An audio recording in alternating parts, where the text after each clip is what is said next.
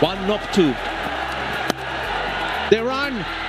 Oh, Bangladesh are home. Shamim took off. He took the risk. বহু বছর ধরে Bangladesh cricket প্রেমীদের হৃদয়ে রক্তক্ষরণ হয়ে আসছিল, কিন্তু গতকালকের ম্যাচে এই রক্তক্ষরণ কিছুটা হলেও কমে এসেছে। শ্বাসরুদ্ধকর এক ম্যাচ জয় নয়, এটি আত্মবিশ্বাসের নতুন গল্প, ফাইনালে ওঠার নতুন বিশ্বাস। চলুন জেনে আসি বিস্তারিত। ক্রিকেট প্রেমী দর্শক, শেষ ওভারের শুরুতেই যখন জাকের আলীর ব্যাট থেকে 4 আসলো, মনে হচ্ছিল জয়টা বুঝি হাতের মুঠোয়। কিন্তু রুদ্ধশ্বাস সমাপ্তির জন্ম দিয়ে জাকের ফিরলেন শেখ মেহেদীও। গ্যালারিতে তখন পিন পতন নীরবতা।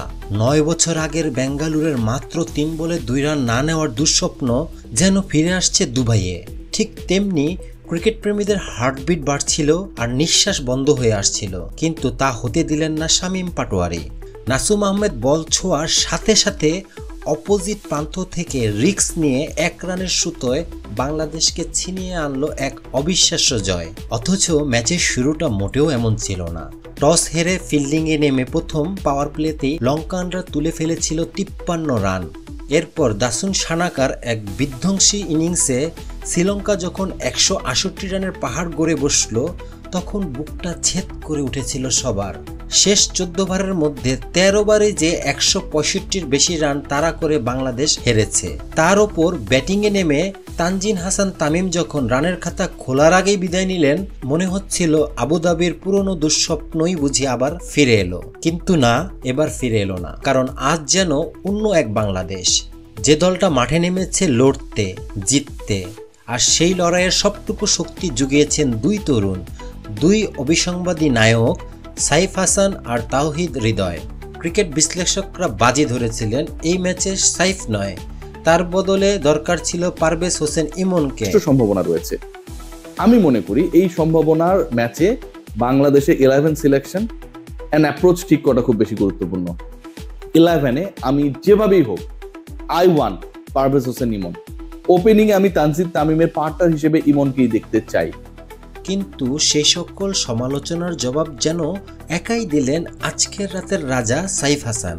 ফিল্ডিংয়ে 2টি দারুণ ক্যাচ ধরে তিনি আগেই নিজের আগমনী বার্তা দিয়েছিলেন, আর ব্যাটিংয়ে নেমেই যেন জানিয়ে দিলেন আজ দিনটা তার। যে নয়ন তুষারার বলে আবুধাবিতে ধস নেমেছিল, আজ সেই তুষারের 4 ছক্কা হাঁকিয়েই শুরুটা করলেন তিনি। তার 45 বলে 61 রানের ইনিংস শুধু রানই যোগ করেনি, বাংলাদেশের ব্যাটিংয়ের মেরুদণ্ডটাও গড়ে দিয়েছে। বিশ্লেষকদের মতে নয়ন তুষারার আর হাসারাঙ্গার বলে বাংলাদেশ যেভাবে ডমিনেট করতে পেরেছে, সেখানেই জয়টা চলে এসেছে। তবে সাইফের বিদায়ের পর আক্রমণের ব্যাটনটা নিজের হাতে তুলে নিলেন তাওহিদ হৃদয়। অনেক দিন ধরে ফর্মে ছিলেন না, কিন্তু ছন্দে ফেরার জন্য এর চেয়ে দারুণ মঞ্চ আর হতে পারত না। লঙ্কান বোলারদের ওপর যেন তিনি একাই চড়াও হলেন। একের পর এক 4 ছক্কায় প্রয়োজনীয় রানটাকে নিয়ে আসলেন একেবারে হাতের মুঠোয়। দুজনের এই জুটি শুধু রানই যোগ করেনি, দীর্ঘদিন ধরে বাংলাদেশের ব্যাটিংয়ের যে বড় জুটির অভাব ছিল, সেটাও পূরণ করেছে। সাইফ আর হৃদয়ের এই পারফরমেন্সে কেবল এক ম্যাচের পরিসংখ্যান নয়, এটি এক নতুন দিগন্ত। একটি দল যখন হেরে আসা ম্যাচেও জয়ের পথ খুঁজে নেয়, তখনই বোঝা যায় তাদের মানসিক শক্তি কতটা দৃঢ়। আর মুস্তাফিজ তো মুস্তাফিজ, কারণ তার ডেথ ওভারের ডট বল আর উইকেট বাংলাদেশকে যে কতটা এগিয়ে রেখেছে তা বলে বোঝানো অসম্ভব। সামনে আমাদের শক্তিশালী ভারতের বিপক্ষে কঠিন এক ম্যাচ, হয়তো আমরা সেই ম্যাচে হেরেও যেতে পারি, কিন্তু তাতে কি, আমাদের ফাইনালের আশা তো ফুরিয়ে যাবে না। কারণ আমাদের পরের ম্যাচ অপেক্ষাকৃত দুর্বল পাকিস্তানের বিপক্ষে।